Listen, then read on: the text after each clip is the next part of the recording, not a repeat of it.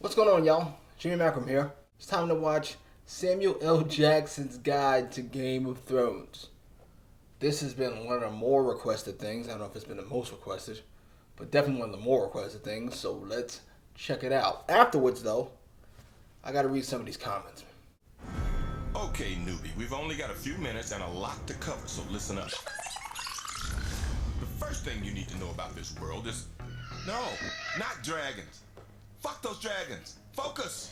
The seasons in this place last a ridiculously long time, so when we start this, everyone has just come out of a long summer. So let's just say they ain't too happy about winter coming. Winter is coming. Winter is coming. Winter is coming. Stop that. You're making me uncomfortable. Over in Westeros, Lord Eddard Stark, aka Ned, is asked by his friend, the king, Robert Baratheon, to be the hand of the king, aka right-hand man. Ned doesn't want to go, but that's his boy. So he uproots his family and heads to King's Landing. Nice family, right? Don't get attached. I'm just saying. Over on Essos, the exiled children of House Targaryen want King Robert dead and the throne back in their family. Before Robert, it belonged to their father, the Mad King, who tried to burn everybody in the kingdom to a crisp with wildfire until this motherfucker killed him. Now, he's the king's brother-in-law, the queen's twin brother. Put a pin in that, because that's important. Now, Daenerys Targaryen gets married off to Khal Drogo, leader of the Dothraki, in exchange for using their badass army to take the throne back. At least, that was the plan. Oh, and she got some eggs as a gift. Beautiful, right? Okay, now, the last place you need to know about is this 300-mile-long, 700-foot-high ice wall. The Night's Watch defend the wall against their sworn enemies, the Wildlings, but that's not the only thing they need to worry about. And some time has passed now, and all hell is broken loose because of some things I don't have time to explain. Absolutely. Just know that in all 7 of the kingdoms of Westeros, peacetime is done. Finito. Everybody thinks they should sit on the Iron Throne. This guy, this guy, this guy too. But the guy who's on the throne now is the heir. He's not exactly humble about it either. The king can do as he likes. People doubt the legitimacy of his right to the throne because his uncle and mom, the queen, are a little too close.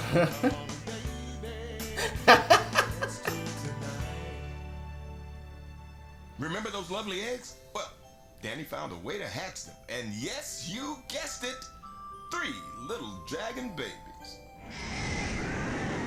Oh, they're so cute. Over on that big ice wall, Jon Snow, Ned's illegitimate son, and the rest of the Night's Watch are really getting worried about the wildlings on the other side. And these motherfuckers are cold. Which is why everybody should be worried about this long-ass winter coming, but instead are too busy fighting. Meanwhile, Dany's dragons finally got bigger. Oh, relax, not that much. She still needs an army if she wants that throne. So she heads over to Slaver's Bay to try and get one. Nobody seems to have any idea that the White Walkers are about to wipe out everybody. The 7 kingdoms, the wildlings, everybody. The only one with a clue aside from Jon Snow seems to be her. This war of 5 kings means nothing. Meanwhile, this jerk is still on the Iron Throne. So right now, House Lannister is winning this game. If you want justice, you've come to the wrong place. And the only reason they're winning is the wealthy House Tyrell is backing them. So this asshole has to marry her to fuse the families together. So, what happened to all the Starks, you ask? Well, let me tell you, they're not doing so well. Robb, his wife, and his mother, well, let's just say some wedding invitations you should decline. Sansa's stuck in King's Landing with this motherfucker, and Arya teams up with this scary-looking dude to survive. Bran tripping. Meanwhile, nobody's paying attention to Dany, who did pretty well for herself. The dragons are even bigger and can now do some serious damage. She's got thousands of followers and 8,000 of the baddest soldiers in the land. Now that's formation. But she's not the only one who has an army, see? The White Walkers, the scary motherfuckers, they got one too. The Night Watch is trying the best they can to stop them. And remember what I said about winter a few minutes ago? It's almost here, and still Ain't nobody ready. Even though they've been saying winter's coming for 4 seasons now. Sam Jackson is so charismatic, it's thinks ridiculous. She's a good leader, but she ain't. She's pretty much Marie Antoinette in this whole situation. The people. You think I care? So the people turn against the leaders and turn to religion, a dangerous one. As for the Starks, well, Arya is working on her revenge dance, and Jon Snow is still with the Night's Watch defending the wall. So, let's look at the wall again, shall we? Remember, Jon knows that the White Walkers, aka Army of the Dead, are coming. And being the good guy that he is, decides to try and save the wildlings from getting wiped out. The Night's Watch aren't exactly thrilled about this idea, but Jon doesn't care. He's the Lord Commander, and they have to do as they're told. And remember that other battle Jon fought? We didn't have time to show you? Well, that's nothing. Nothing compared to... Man, listen. Trust me. I wish I had time to show you this battle, but it is sick. Anyway, back to Dany. More power, more problems. She's having trouble controlling everybody. The former slaves, the masters, these guys with the masks. Even her dragons ain't fans of hers right now. And what's worse, before nobody even knew she had dragons and she wasn't a threat. Now everybody knows she had dragons. And right about now, she could use some solid advice as to what to do next. I am the gift. He is Tyrion. Sure, he's a Lannister and he's a lush, but hey, don't hold that against him. You're going to advise me. Now, let's check in on the Stark kids one more time. Sansa can't catch a break and is now stuck in the worst relationship of her life with this dickhead. As for Arya, a girl has decided to boost her skill set by becoming no one. And out of nowhere, Jon Snow's men show him just how much they didn't appreciate risking their lives to try and save the wildling. And of course, we all know what happened next, because it was huge. Huge! Oh, you don't, huh? Wait, what? Oh, sorry, folks. We run out of time. Shame. Because all of this is nothing compared to what we didn't have a chance to get into. The backstabbing, the lying, the cheating, the parts that'll make you feel uncomfortable, parts that will break your heart, epic battles. I mean, you need to see it for yourself. You really do. And, huh? What? Yes, okay, yeah, we have dragons. After all that, you still stuck on these fucking dragons? Okay, you wanna see a dragon, motherfucker? All right, here you go. Here you fucking go. You happy now?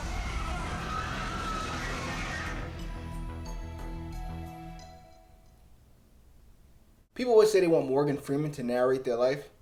I want Sam Jackson to narrate my life. I need motherfuckers in my life. Alright, let's get into it. At the end of the R plus L equals J video, I asked you guys to justify 2 things. Actually, there might have been a third thing, but I don't remember what it was. Justify fucking Rhaegar embarrassing his wife by giving blue flower to Lyanna in front of fucking everybody. That was 1. And number 2, how could Lyanna not want to marry Robert because he's whoring and a drunk, and then go bang a married guy? Seems odd to me. Not even odd. It seems hypocritical. It seems ridiculous. Because he's pretty. And even if you go, oh, but the Dornish or whatever the fuck, fucking Targaryens have multiple wives. She's not a Targaryen. I thought we were talking about her standards. Mons Pubertorium. Firstly, 2 things. As far as Rhaegar goes, we don't know what deal he had with his wife. Maybe Rhaegar explained the situation, had her blessing. Yeah. Okay, yeah, he might have had her blessing to go skeet on other women. Lots of women make this deal with people. The man in their life, their man is super duper, like,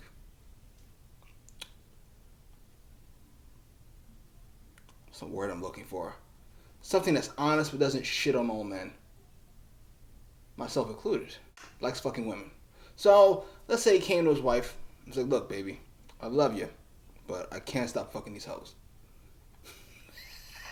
Or in Rhaegar's case, listen, I love you, but I need a 3rd kid and your body is broken. So, I gotta go handle this. It's entirely possible that she said, yeah, do what you gotta do. How about you not steal a betrothed woman, you fucking idiot? That's what she should have said. But let's say she said okay. That's one thing. She was like, if you came to your wife and you went, hey, look, sweetie, I love you. I love the kids. I love the kid you came here with. I love our house. I love our fucking marriage. But, like, I like hoes.